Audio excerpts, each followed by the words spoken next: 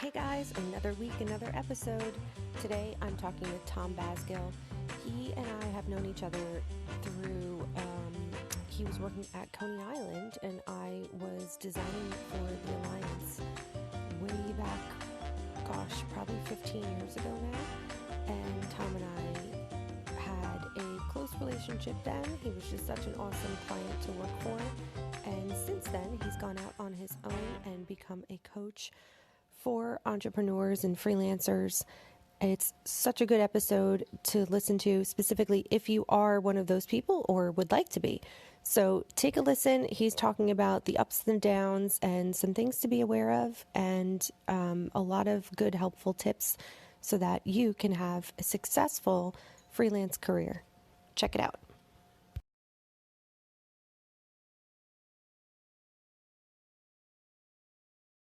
Hey guys, welcome back to Tribe of Unicorns. I'm your host, Kendra Beavis, and today I am sitting with my good friend, Tom Basgil. Tom is a lead generation specialist and coach for new freelancers. Hey Tom, how are you? Good. How are you doing, Kendra? I'm good. I'm so excited to have you on the show. You are for sure a unicorn, and I've often thought like my top list of guests, and you were always been on there. So I'm super psyched we got to have this conversation today. Yeah, I'm super excited too. It's perfect for a new year and like a new year, new you kind of deal. Yes, yes. And especially with so many people talking about or rethinking kind of their purpose in life and their careers, I think you're a really good guest to speak on that. But why don't you tell us a little bit about how you got to where you are today? Sure. So I've been doing social media professionally for 13 years now.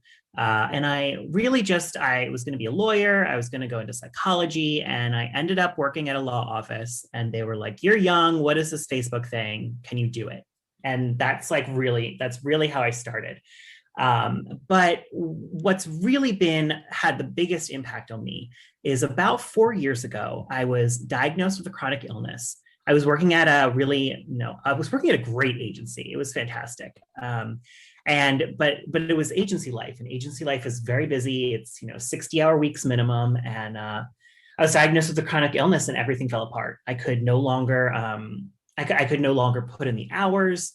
I was getting irritated at the smallest things, and that really changed my life. And so I ended up quitting my job, becoming a full-time freelancer, and then actually I've never been happier. So it was really a mixed blessing for me.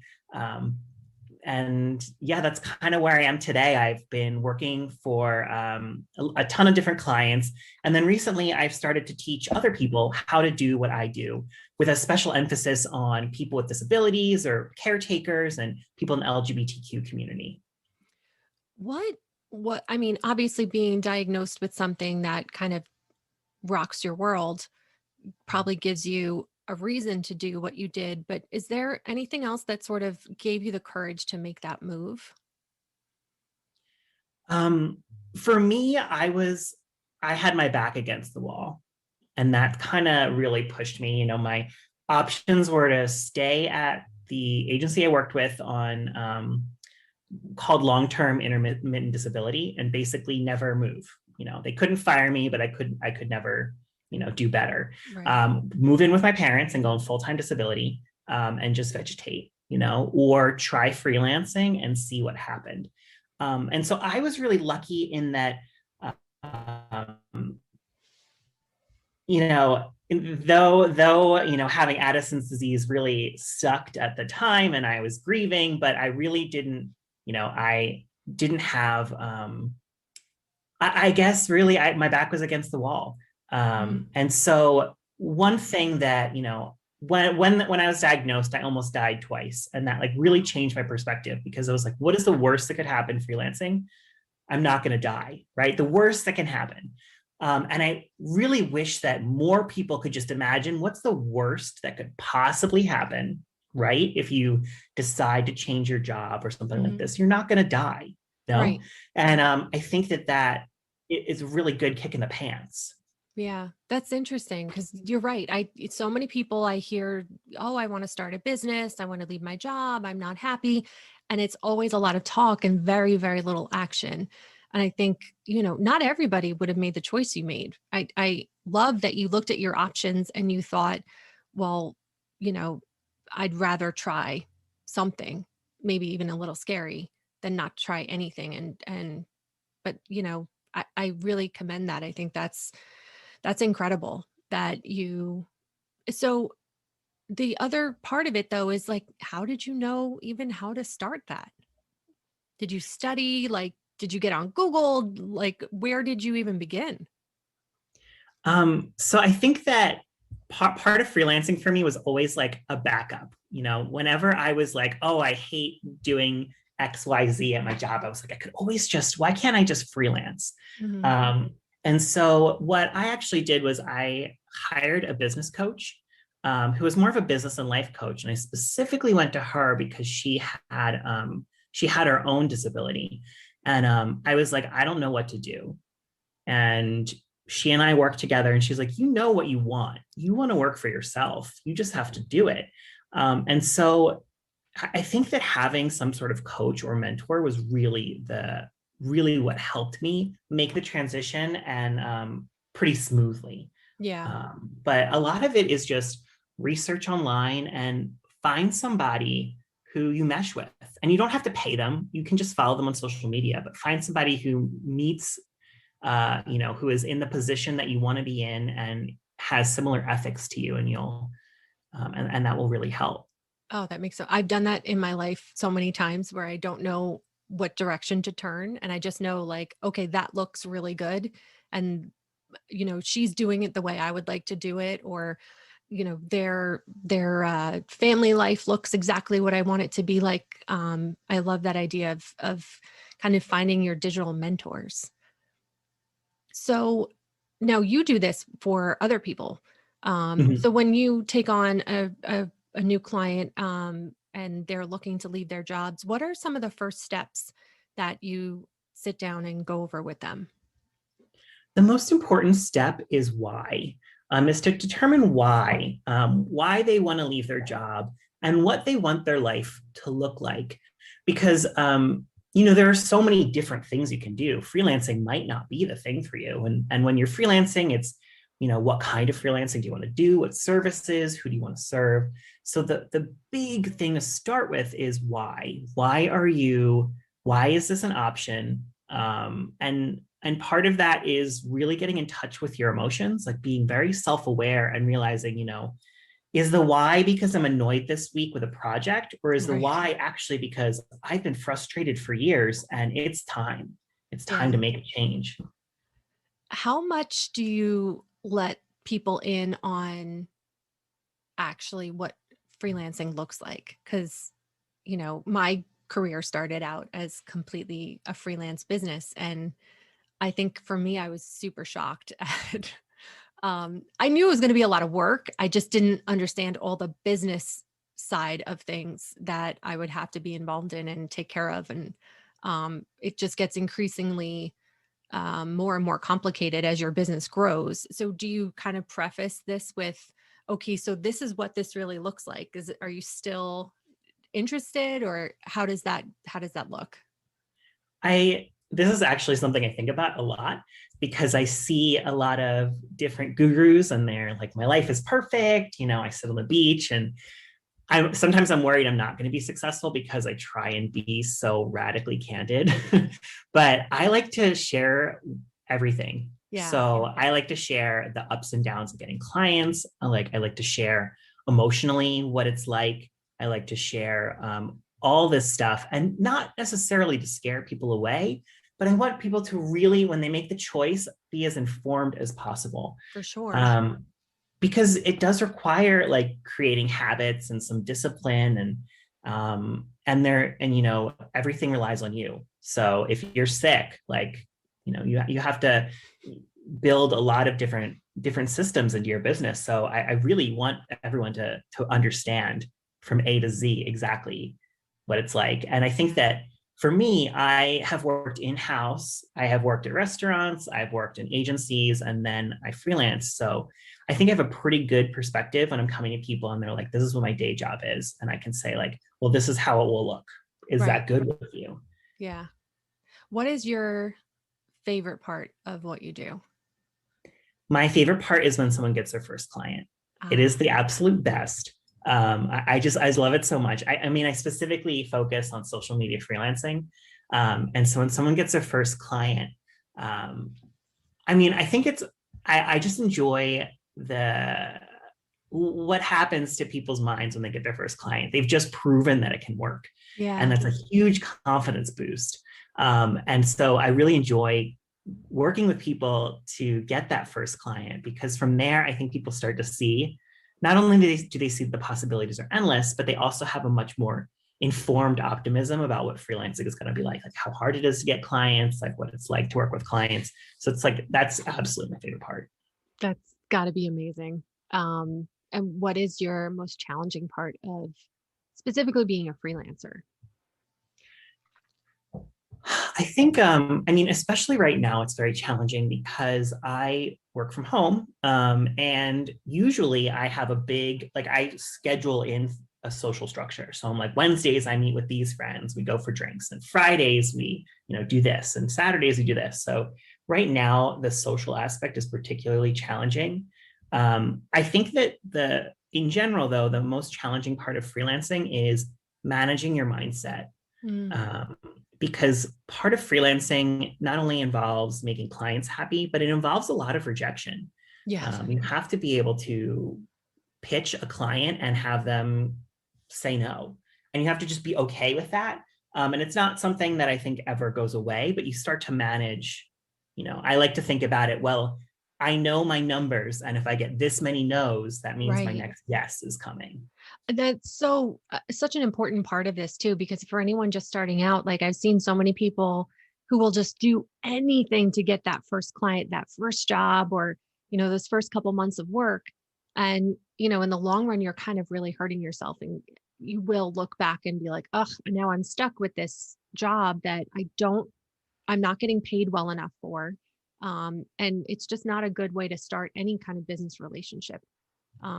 So I It's think a, that's a really important point, is to make sure first, you're not desperately going after clients. You're really, your value, your worth, and you charge appropriately, and kind of don't budge on that, you know.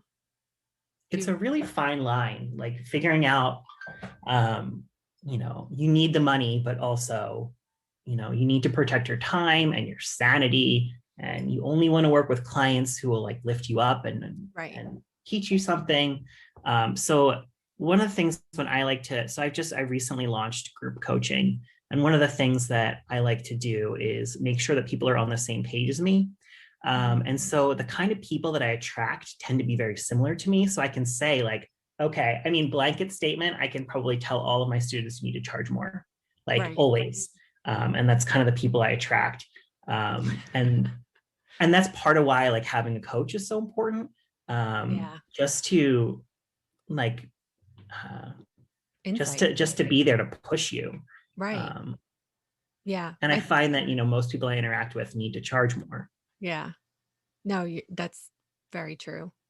Uh, it's when my sister started her business, I gave her a journal, and I was like, write down the days that you feel amazing, because there are going to be so many when you don't, because it is an absolute roller coaster. And I think, seeing that, remembering, because it's so easy to forget all your wins, and just focus on that one loss. But, like you were saying, though, getting comfortable with people saying no, and just knowing that, I mean, think about all the businesses out there that need your service. There's so many. So if this one says no, it doesn't mean that there's not 20 more around the corner that are better suited. And I'm always a big believer in, sort of the universe has your back, and um, putting that energy out there. It's not a personal thing. It's always comes down to some other block, whether it be they have a financial issue, or they don't understand the value that you're bringing to the table, but your ideal client will. Absolutely. Yeah. I think that's important to remember, that it's not personal. Right. Yeah. I had one of my designers was upset about feedback we had gotten on a project. And she was like, because it was something she had worked on. And I was like, but they're not criticizing you. They don't like the design. It had nothing to do with her personally. And she just had such a hard time with that. And I was like, but we're solving my team, we're solving problems visually. And it may not always hit the mark with the client. Even like going through college, the critique process that I had, I think that's what got me to have like really, really thick skin and kind of separate the emotion from like the reality of like, this is a business. These are clients' opinions about their brand, their business. So you have to just sort of take that as feedback and more information to make a different choice, and not take it like, oh, they hate me. But I hear that from freelancers all the time, like, oh, they're mad at me. I'm like, they're not mad at you. I think self-awareness is like an incredibly crucial skill for freelancers. And that's self-awareness and emotional intelligence. I have a folder in my Google Drive that is just praise and recommendations. Like I just screenshot them or I put them there. And I started it actually a couple months ago because I needed the validation. Yeah. I just was like, everyone hates me, nothing's working, I can't get results. I think that like part of being a successful freelancer, or really just a business owner in general, is to build a support structure for yourself, whether that's friends or therapy or journaling or a folder full of praise, like just knowing that you're going to need it, and that's okay. And building something for yourself to protect you. I love that. That makes a lot of sense. I mean, I've been doing this for 20 years and there's still those days where I'm like, what am I doing? I don't know anything. But yeah, it's not easy. I think that's always, the cautionary tale that I like people to kind of be aware of, that as emotionally draining as being a freelancer or running your own business can be, it's also as rewarding. I've been able to take vacations with my family that I never imagined I could. I've been able to, especially during COVID, shift my time around so I can support my family. So I think those are huge benefits. And to be able to choose who you work with. Mm-hmm. I love the choice and the freedom. And like, I am obsessed with my dog. And if anything happens, I can immediately take her to the vet. I don't have to ask anybody. Right. Like, and especially like having a chronic illness, like there are some days where I just can't function. Right. And I don't have to tell my clients that. Like, they don't need to know. I can just do it. And that's part of the joy of being like a business owner, is that flexibility. You do have to remember that like with the flexibility does come challenges. I like to tell people that becoming a freelancer is simple, but not easy. The steps you need are pretty, like, there's so many people who have done it. Like the steps are pretty solid. It's mostly the emotional and mental challenge, I think, that is the toughest part. Yeah. I think tracking your year too makes a lot of sense from the start, because I was able to start to see trends after like 3 years. Okay, so December, January are always historically really slow. So to expect that and plan for that, and that's the time where then I would focus on my own business, my own branding, website updates, things like that I didn't have time for in the busier parts of my year. So recognizing like the trends in your own business, I think it's important, because otherwise you kind of don't see it. And then you're like in it and you haven't planned for it and you're kind of sad and upset. And meanwhile, like if you just look back, this is the way it's been for the last, however long you've been doing it. So definitely tracking your year. Yeah. Every December, I'm like, oh no, and especially because I want to buy people gifts. I'm like, right. Oh no, like what happened? And I just have to remember like, okay, this is just December. Mm-hmm. It's literally every December. everyone's on vacation, like we're Right. not paying attention, and that's okay. I used to buy gifts in August Oh, just that's because of smart. that. Yeah, because I knew I wasn't going to have the finances to play with in December. So, yeah. I like that. Um so all right, coaching, another great way to start out with freelancing. Are there any other resources that you would say or things to think about before leaving your day job and starting a freelance career? I think it's just important to remain excited. Like Mm, just be excited about every little thing, about the first client, about the first cold email you send out, about the first everything. And if you can maintain that excitement, you can really like overcome a lot of um, any challenges that are in your way. Because I think that it's not necessarily more challenging to freelance than work in an office. You're just not used to those challenges, and most folks aren't, because that's not what we're taught. We're taught like how to work in an office, right? Or right. how to do a trade. Like we're taught a certain way to work, and so there's just different challenges. I really love it. I think it's Angela Duckworth's book called Grit, and Okay. it's just how resilience is something that you can build, and you can learn how to do it.